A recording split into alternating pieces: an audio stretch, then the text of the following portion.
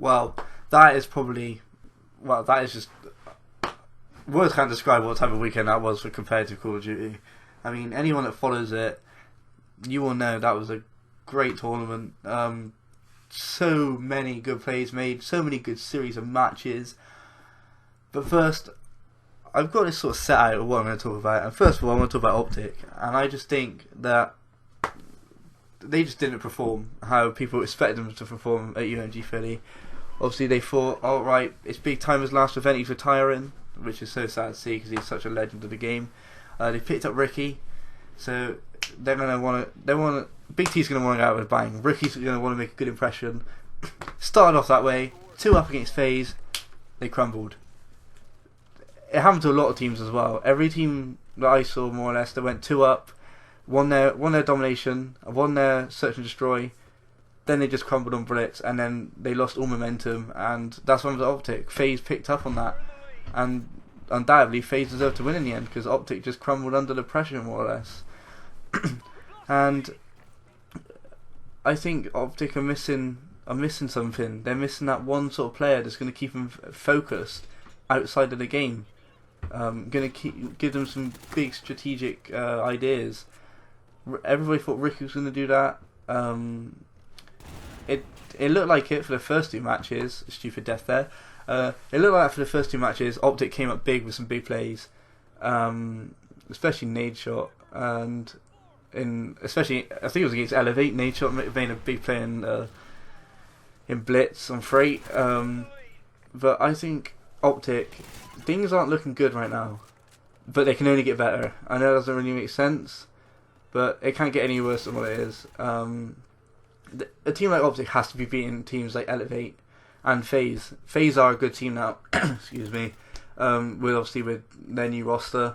But my thoughts for that weekend is Optic just didn't perform, purely because they didn't practice the game enough. They were away, a lot of them, for Christmas break, seeing family and stuff, which of course they're entitled to, but that's probably what cost them. Whilst they were doing that, teams like TK, Curse, Competitive were away, scrimming a game hard, playing against other teams, getting prepared for UMG Philly, which is why they all came top 3, top 4. Admitting I didn't happen to envy. I don't really keep up to date with what happens with them, nor do I do with the other teams. But I know you can tell with those teams that they've been practicing the game. They were on point every single play they made. But another team that I think is looking good for the future is FaZe. They got a great roster now. Nobody really saw them before as a team that can sort of challenge. But I reckon in these next few tournaments, they're going to be pushing for top 3 definitely. They're causing not a lot, but you can tell that they are gelling well as a team. Their roster's looking strong, obviously with the addition of JCap, who obviously got released from Optic. They looked really strong. Obviously, I thought they were going to get 3-0'd by Optic, but they didn't. They kept focused on the game, and in the end, they did deserve to win. Obviously, they went out. They lost to Competitive the next round, and they went to losers bracket. And obviously, eventually went home. But things are only going to look better for them. They're looking good for them. But yeah, FaZe are looking strong, no doubt about that. And then obviously you got the main talk. Probably the biggest talking point at UMG Philly was TK and Competitive. But I'm going to start with TK, and I thought that one of the reasons they did so well and fought their way through losers bracket so well was purely because of Clayster. I mean, he is literally such a goat at the game. He is always on point. He got TK hyped so many times. They fought their way through losers brackets so well, and then they beat Curse Las Vegas 3-1 or 3-2 in the final losers bracket. And obviously they went on to play Competitive in the final, but for the past 4 or 5 championships, they come top 3, top 2 every time, and dogs are so annoying, I'll tell you that now. But they are looking good, TK. They deserve to win a championship. Whether it be their time, they could cause an upset at Anaheim, or they could cause an upset at COD Championships, who knows. But things are looking good for them. And then, on the other hand, you got Complexity, Mr. X, Aches, Crimsix, TP, and Karma. those 5, obviously Mr. X being the coach, those 5 are literally, at the moment, they're just looking like a god squad. I thought, and a lot of people thought, right, they've dropped Karma, they're going to be weaker. They showed signs of that, but they still stayed on point. They still won crucial games and matches. They looked like they were going to get beaten by FaZe, but no, they brought it back, and admittedly, they deserve to end up winning the championship. Karma played out of his mind the whole weekend, made some big plays.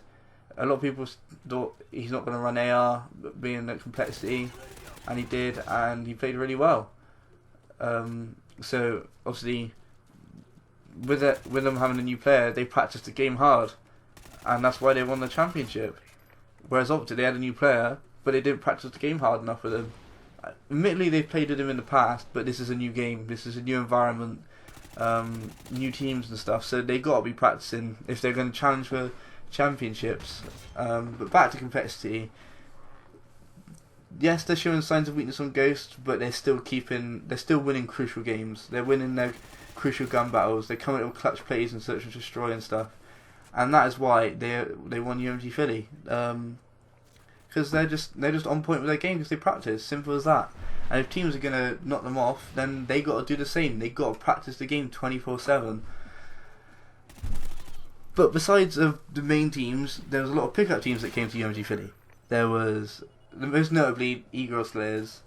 Obviously they had Call of Duty caster Revan playing for them. He played quite well. Obviously a lot of the casters have played competitive Call of Duty, but I didn't really think of him from what I've seen of him in the past as to be playing at UMG Philly or to play at all on a stage like that. But they played really well, and a lot of the pickup teams are going to contribute a lot towards what's going to happen in the next few weeks with roster changes.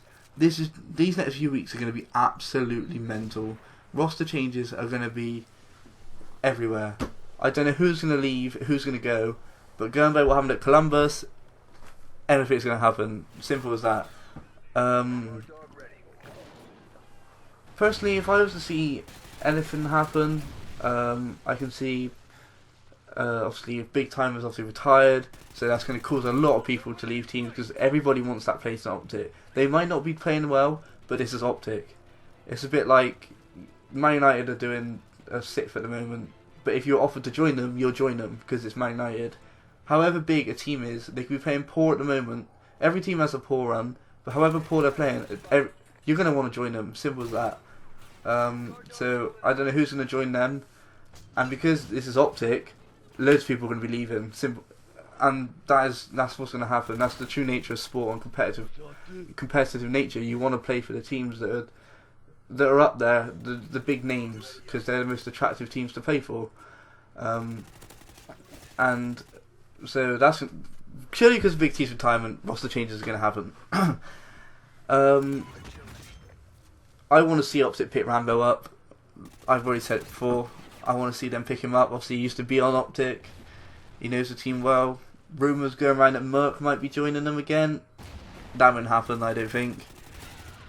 I also heard, well, one of my friends said that Clayster might leave TK already. That won't happen, I don't think, because Clayster looks comfortable at TK. They got a good squad going. So there is going to be roster changes, but I can't pinpoint who's going to leave. It's going to be crazy these next few weeks. I will keep you guys updated, so follow me on Twitter. That will be in a link in the description below. I will try and keep you updated with as many of the things that happen in the competitive scene. And if you aren't into competitive and you watch this, I suggest you watch it. It is some of the craziest stuff in the world. So yeah, roster changes are going to be happening most definitely. But besides that, compared to Call of Duty, it's just going through the roof right now. Literally, I'm lost for words. But I think that's more or less, I've covered everything I want to say. So thanks for watching. Like, comment, favourite, subscribe. Any constructive criticism will always be helpful, so leave that in the comments below. And as always,